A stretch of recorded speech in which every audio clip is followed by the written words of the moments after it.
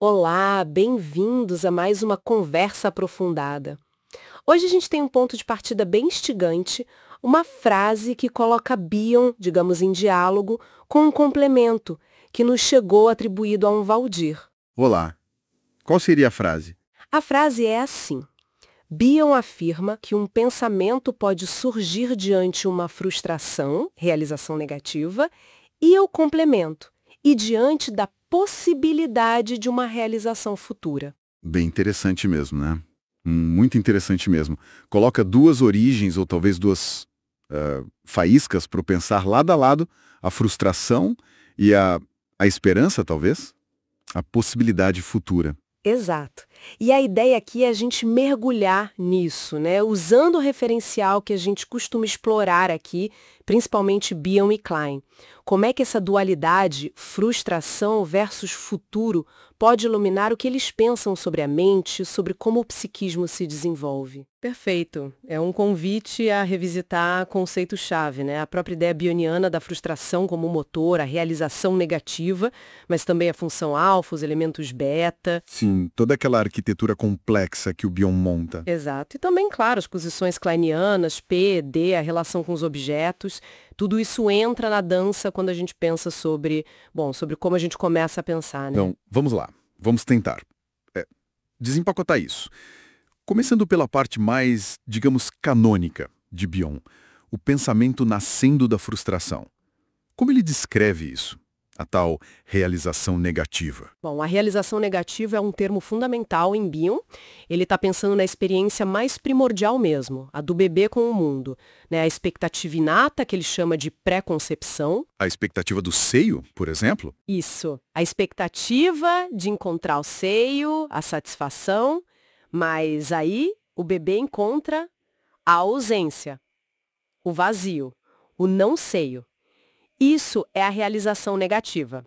É um encontro com o que não está lá, mas que era esperado. Isso é inerentemente frustrante. Doloroso, imagino. Exatamente, é uma experiência emocional intensa, de frustração, de angústia.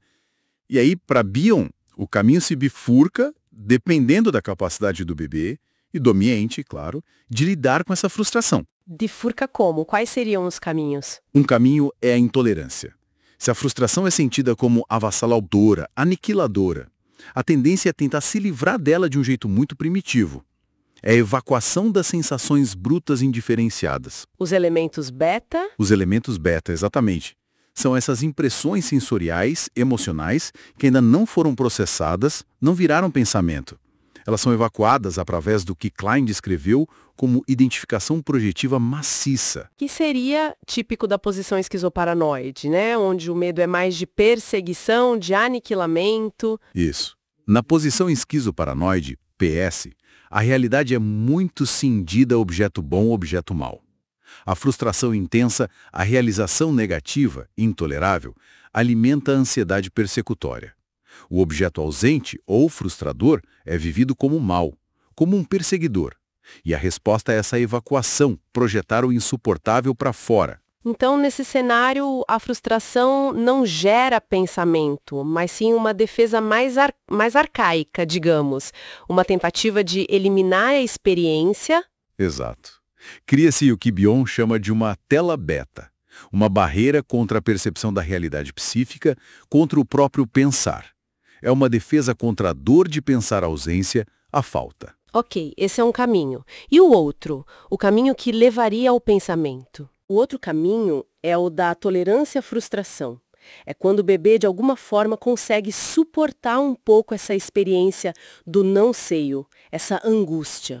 E o que permite essa tolerância é algo só do bebê ou o ambiente influencia? O ambiente é crucial aqui. É onde entra a famosa revelia materna, a capacidade da mãe ou do cuidador de receber essas projeções beta do bebê, essas angústias intoleráveis. Funcionar como um continente, né? Exatamente.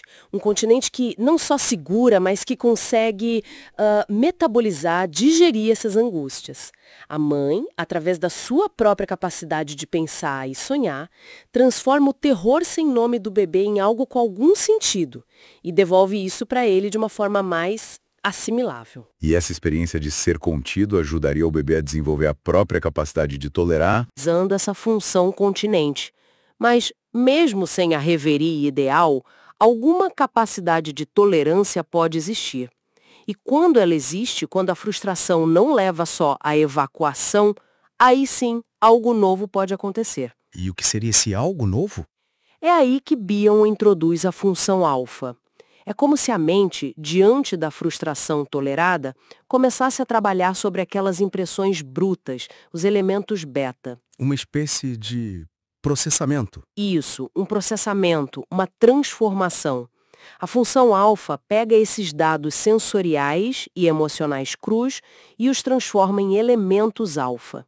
E os elementos alfa, esses sim, são a matéria-prima do pensamento. São coisas que podem ser usadas para pensar, para sonhar, para formar memórias. Ah, então a sequência seria pré-concepção, expectativa, encontra a realização negativa, frustração. Se houver tolerância, a função alfa atua, transforma os elementos beta, sensações brutas, em alfa, pensáveis. É isso? Perfeito. E aí, a pré-concepção original, que era só uma expectativa vazia, ao ser confrontada com a ausência e processada pela função alfa, pode se tornar uma concepção. Uma concepção, o que seria isso? Uma ideia, um pensamento sobre o objeto ausente. O bebê não tem mais só a expectativa do seio. Ele começa a poder pensar sobre o seio que não está lá. Ele cria uma representação interna. Bion tem aquela frase ótima sobre pensar os pensamentos que deveriam estar lá onde havia uma coisa. Nossa, profundo isso. Pensar o que deveria estar lá. A ausência se torna, de fato, a origem de uma presença interna, mental. Exatamente. O vazio, a frustração, quando tolerada e processada, dá origem à capacidade de simbolizar, de pensar. Por isso, a realização negativa é tão central para ele. É o motor inicial. E a ligação com o Klein aqui, além da posição esquizoparanoide que você mencionou, a questão dos ataques ao objeto, por exemplo, isso também se relaciona com a frustração? Com certeza. Na visão kleiniana, a frustração e a angústia primitiva também podem levar a fantasias de ataques sádicos contra o objeto frustrador, o seio que não veio, por exemplo. São defesas, claro, ligadas à inveja, à tentativa de controlar ou destruir aquilo que frustra. Isso tudo está no caldeirão das reações primárias à ausência. Entendi. Então a visão bioniana kleiniana sobre a frustração é bem dramática, né? É um momento de crise psíquica que pode levar ou a uma defesa evacuativa ou, se houver tolerância e continência, ao nascimento do próprio pensamento. Exatamente. É um ponto de virada fundamental no desenvolvimento. Ok, acho que essa primeira parte da frase, a origem do pensamento na frustração, segundo Bion, ficou mais clara. Mas agora vem a parte que o complemento traz. E diante da possibilidade de uma realização futura. Isso parece virar o jogo, né? Não é mais sobre a falta, sobre o passado ou presente frustrante, mas sobre o que pode vir. Sim, essa adição é que torna a frase tão provocadora, porque ela sugere uma outra fonte, talvez complementar, talvez contrastante. O pensamento não viria só da dor da ausência, mas também da antecipação, da esperança de algo bom. Como isso se encaixaria no pensamento de Bion? Ele fala algo sobre futuro, sobre esperança? Porque o foco na frustração é muito forte. É, forte, sem dúvida. Mas se a gente olhar com cuidado, a dimensão do futuro não está totalmente ausente em Bion. Pense, por exemplo, na própria ideia de pré-concepção. O que é uma pré-concepção, se não uma expectativa, uma antecipação de algo que vai acontecer? É verdade. Já tem um componente de futuro aí. Tem. E pense na pulsão de saber, o que ele chama de K, knowledge. É um impulso para conhecer, para buscar a verdade, para entender a realidade. Essa busca é, por definição, orientada para o futuro, para algo que ainda não se sabe, que ainda não se alcançou. A busca por K. E a busca por O, a realidade última. Isso também não aponta para frente. Totalmente. Ó, é aquilo que é, mas que nunca pode ser totalmente conhecido, apenas tornando-se. É um processo infinito de aproximação. É sempre algo futuro, algo a ser buscado, transformado em. Essa busca constante implica uma orientação temporal para frente. E Bill não fala também sobre a necessidade de fé nesse processo? Fala sim. A fé em Bion é quase um postulado necessário para poder tolerar A dúvida, a incerteza, a própria frustração que vem da busca por K e por O. É uma espécie de confiança pré-racional de que existe algo a ser conhecido, mesmo na escuridão, no não saber. E fé, por natureza, se projeta no futuro, né? Acreditar que algo vai se revelar. Interessante. E tem também as ideias dele sobre grupos. Não tem algo sobre esperança ali? Sim, nos grupos de suposto básico, um deles é o suposto básico de acasalamento. Nesse grupo, a atmosfera é de uma esperança meio messiânica. O grupo vive na expectativa de que algo ou alguém vai surgir no futuro para salvar a todos, para trazer a solução. É uma fantasia grupal, claro, mas mostra como a ideia de futuro e esperança opera no psiquismo. E na prática clínica? O analista pensando sobre o paciente, isso não envolve uma dimensão de futuro? Com certeza, Bion fala da premonição do analista. Não no sentido místico, mas como uma capacidade intuitiva baseada na experiência emocional da sessão, a transferência contra a transferência, de antecipar algo sobre o estado mental do paciente, sobre para onde a análise pode estar indo. É um tipo de pensamento sobre um vir a ser. Ok, então Bion, apesar do foco na frustração, tem sim elementos que apontam para o futuro. E Klein, a gente falou da posição esquizoparanoide ligada à frustração imediata. E a posição depressiva? Ela não seria mais orientada para o futuro? Ah, sem dúvida. A entrada e elaboração da posição depressiva, D, são cruciais aqui. É na D que o bebê começa a perceber a mãe como um objeto total. Não mais só o seio bom ou mau, mas uma pessoa inteira, com quem ele tem uma relação complexa. E aí vem a culpa, né? Vem a culpa. A culpa pelos ataques fantasiados que ele fez ao objeto amado durante a fase mais paranoide. Ele se dá conta de que atacou aquilo que também ama e de que depende. E junto com a culpa vem a preocupação com o objeto. Preocupação com o estado do objeto se ele sobreviveu aos ataques. Exato. E fundamentalmente vem o desejo de reparação. O desejo de consertar, de restaurar o objeto bom que foi danificado na fantasia. Ora, reparar é um ato totalmente voltado para o futuro. Implica acreditar que é possível fazer algo para melhorar a situação, para restaurar o vínculo. Então a posição depressiva introduz essa dimensão temporal de uma forma muito mais explícita. A preocupação com o futuro do objeto, a esperança de poder reparar. Sim, e contrasta fortemente com a posição esquizoparanoide, que é muito mais focada no presente imediato, na sobrevivência à angústia persecutória do momento.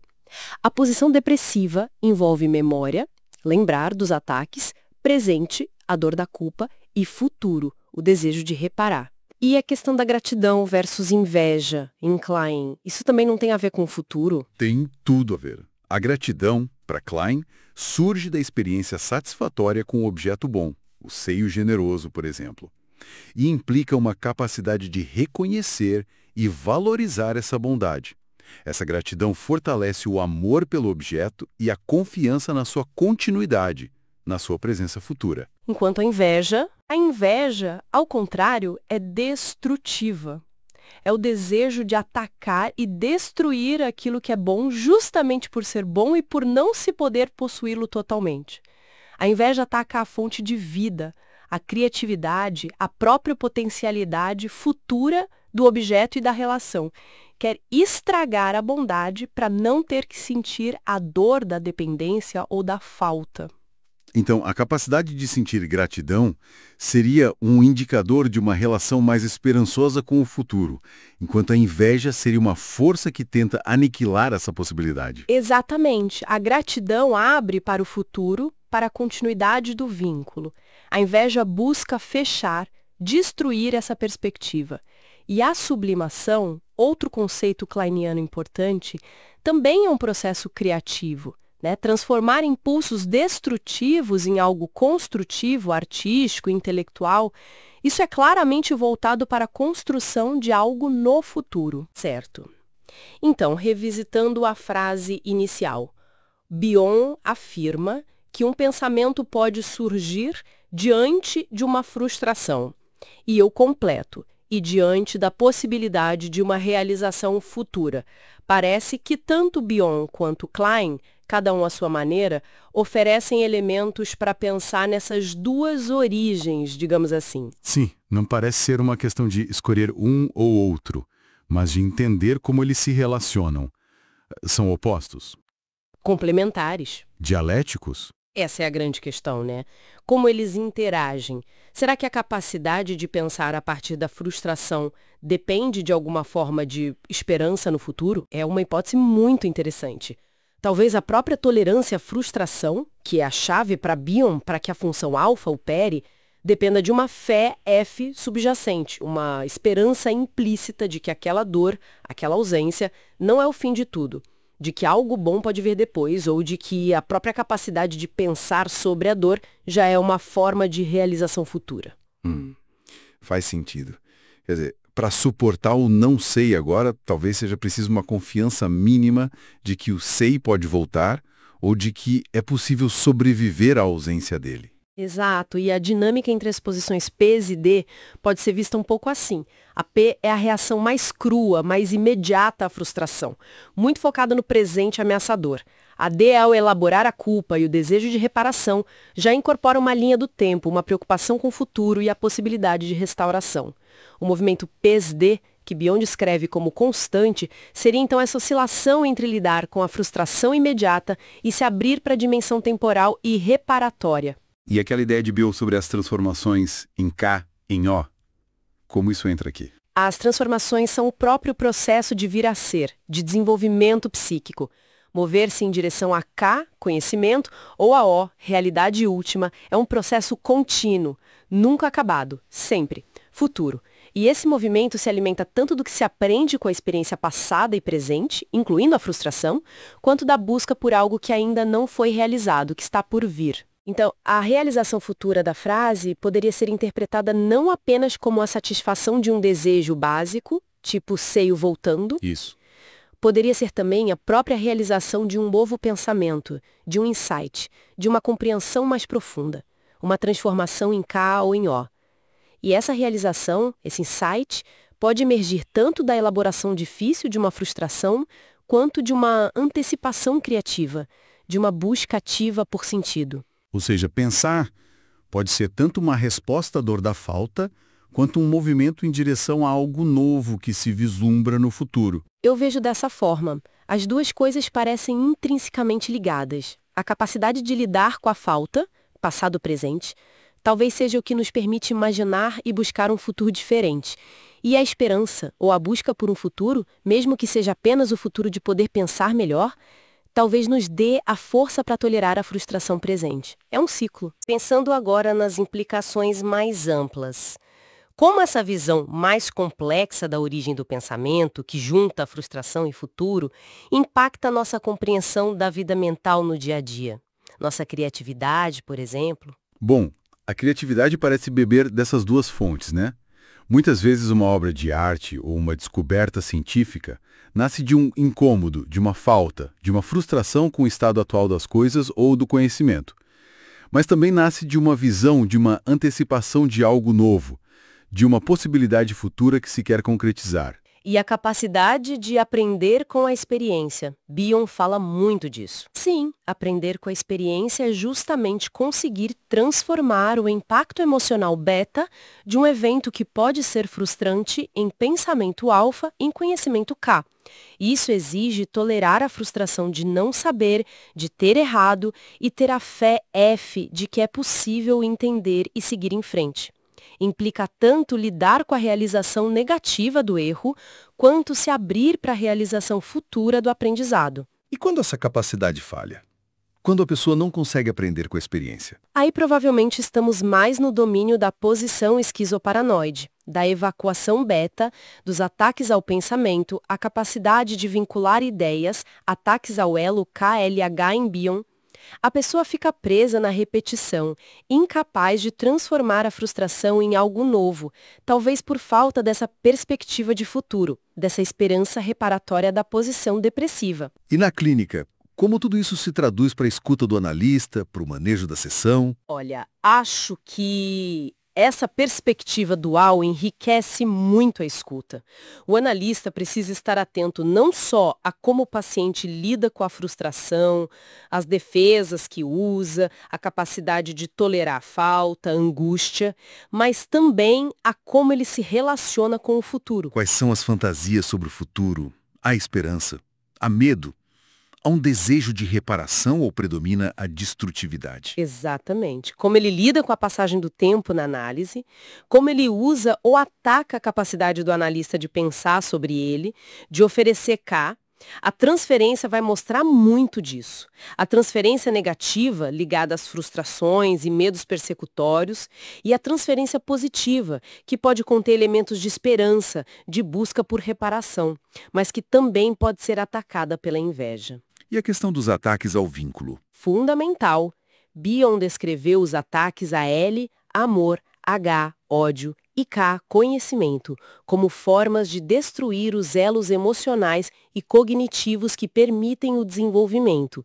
Entender se esses ataques vêm mais de uma intolerância radical à frustração, medo do vazio, inveja do objeto bom, ou de um medo de um futuro ameaçador, ou de ambos, ajuda o analista a manejar a situação. O objetivo é ajudar o paciente a desenvolver a capacidade de tolerar a frustração e de se abrir para a possibilidade de um futuro diferente, um futuro onde pensar e sentir sejam menos perigosos. Pensando no nosso público, que inclui neurocientistas, psiquiatras, existe alguma ponte possível entre essas ideias psicanalíticas, tão focadas na experiência subjetiva, e o que se sabe hoje sobre o cérebro? Sei que é um terreno delicado. É delicadíssimo, claro. São níveis de análise muito diferentes. Bion e Klein estão falando de experiências emocionais e estruturas psíquicas inferidas a partir da clínica. A neurociência fala de circuitos neurais, neurotransmissores, processamento de informação, mas talvez possamos pensar em pontos de ressonância, com muita cautela. Por exemplo, A neurociência estuda muito os sistemas de recompensa e aversão, o papel da amígdala no processamento do medo e da frustração, o córtex pré-frontal na capacidade de planejamento, antecipação e controle de impulsos.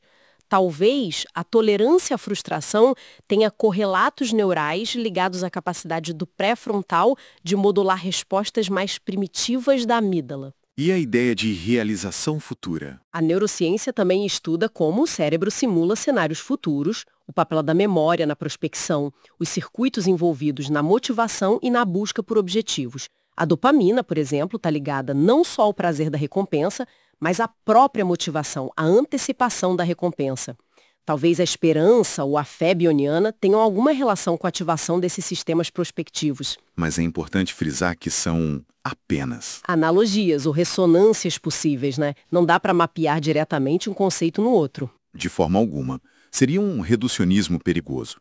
A riqueza dos conceitos de Bion e Klein está justamente na sua capacidade de descrever a complexidade da experiência emocional subjetiva, que escapa a uma explicação puramente neural. Mas o diálogo interdisciplinar, mesmo que tenso, pode ser estimulante para ambos os lados, quem sabe? Sem dúvida, mas é bom também reconhecer os limites, né? O próprio Bion tem uma escrita muitas vezes obscura, sim, é densa, especulativa, cheia de neologismos. Não é uma teoria fácil de provar empiricamente nos moldes científicos tradicionais. Exato. E isso às vezes gera críticas, claro. Claro, mas o valor desses conceitos, acho eu, está mais na sua capacidade heurística, na sua utilidade clínica para pensar sobre fenômenos complexos que encontramos na prática.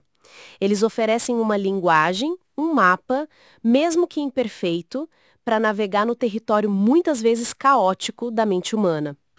Bom, fizemos uma longa jornada aqui, partindo daquela frase que contrapõe a frustração e a possibilidade futura como origens do pensamento.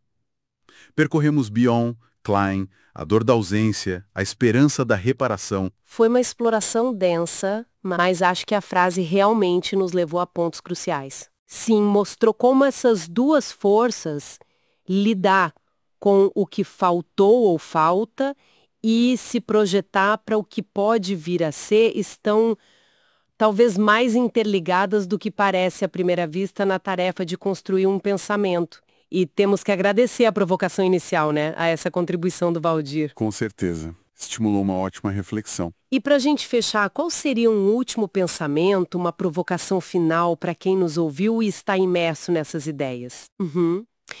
Talvez pensar sobre isso, considerando essa dualidade, essa tensão constante que a gente discutiu entre a memória da frustração a tal realização negativa e o desejo ou a expectativa por uma realização futura, seja ela satisfação, conhecimento ou aquela transformação em direção ao U, de que forma essa tensão molda não apenas os nossos pensamentos isolados, mas a nossa própria experiência de ser no mundo.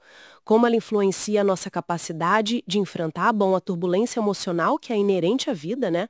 Como navegamos entre a dor do que não foi e a esperança ou talvez a ansiedade do que ainda está por vir. Acho que essa é uma questão que reverbera muito além da teoria. Uma excelente questão para continuarmos pensando. Muito obrigado pela conversa. Obrigado eu. Sempre um prazer.